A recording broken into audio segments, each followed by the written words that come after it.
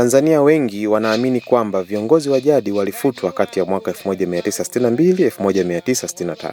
Mamlaka ya kijamii na utambulisho wa viongozi wa jadi bado yameendelea. Viongozi wa jadi hawakufa, walibadilika kutoka mamlaka ya kisiasa na kwenda kuwa msingi wa kijamii na kitamaduni. Mimi ni Nicholas Luhende, mdau wako wa utamaduni, na leo nitakuonyesha kwa nini historia na ukweli wa kimila bado vinaendelea. Karibu.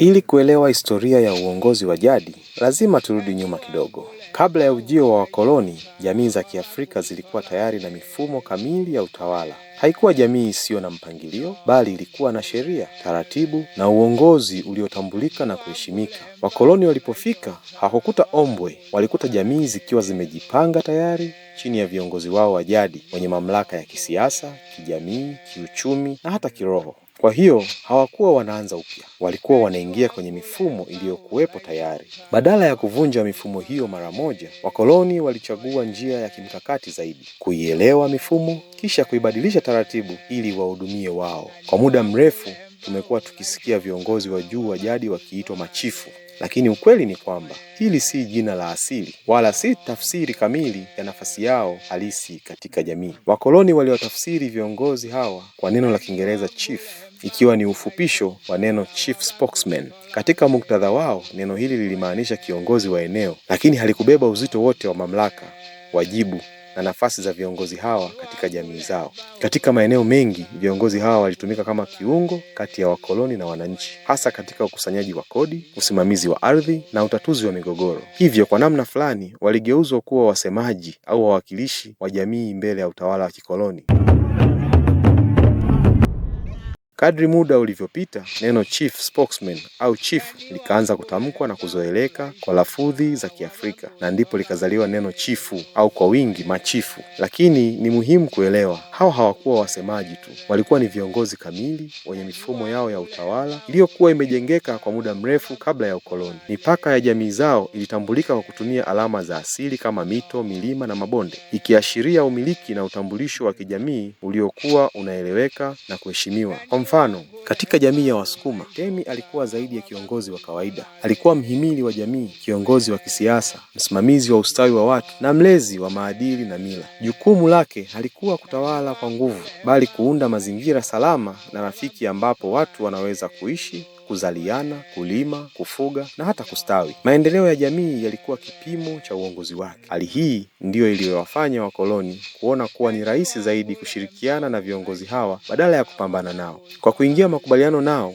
waliweza kurahisisha utawala wao, hasa katika ukusanyaji wa kodi na usimamizi wa jamii. Lakini katika mchakato huo, maana halisi ya uongozi wa jadi ilianza kubadilishwa polepole. Na hadi leo tunatumia neno machifu bila wengi wetu kujua historia yake wala uzito halisi wa nafasi ya viongozi hawa katika jamii zetu. Makubaliano yalitengenezwa, Mtemi na viongozi wengine wa jadi waliendelea kuongoza watu wao, lakini ikiwa chini ya masharti fulani ya wakoloni. Pale ambapo kiongozi wa jadi hakuridhika na masharti ya mkoloni, migogoro ilitokea na hata vita vilitokea mara kwa mara pale ambapo masharti ya mkoloni hayakukubalika. Mfano wa wazi ni vita vya Majimaji 1905 mpaka 1907, ambapo jamii haikukubaliana na mfumo wa kikoloni, hasa pale ambapo mila, ardhi na uhuru wa jamii vilionekana kutishiwa.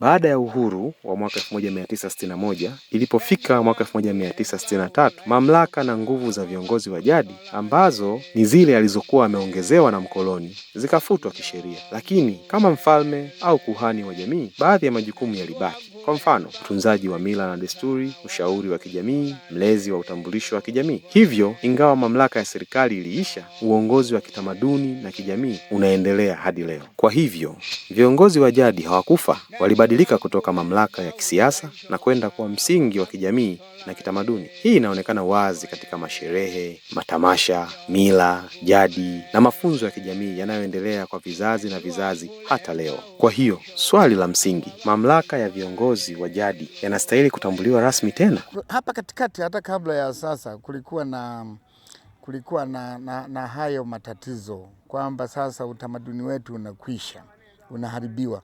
lakini dalili ninavyoziona mimi pengine ni tofauti. Hata vijana wenyewe naona wanaanza kuelewa sasa hivi.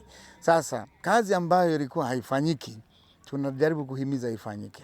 Maana yake ni wazazi wale na marika na makundi yaliyokuwa yakifanyika sasa anaanza kuzungumziwa na namna ya kufanya kule nyumbani. Kwa hiyo hali halisi ni hiyo, kwamba tunahakikisha kwamba kuna namna ya kufufua zile jadi. Hebu niandikie maoni yako hapo chini, halafu ujiunge nami katika mazungumzo haya muhimu kuhusu historia, utambulisho na uthabiti wa kijamii kwa makabila yetu. Usisahau kusubscribe kwa maelezo zaidi katika safari hii ya utamaduni na uongozi wa jadi. Asante.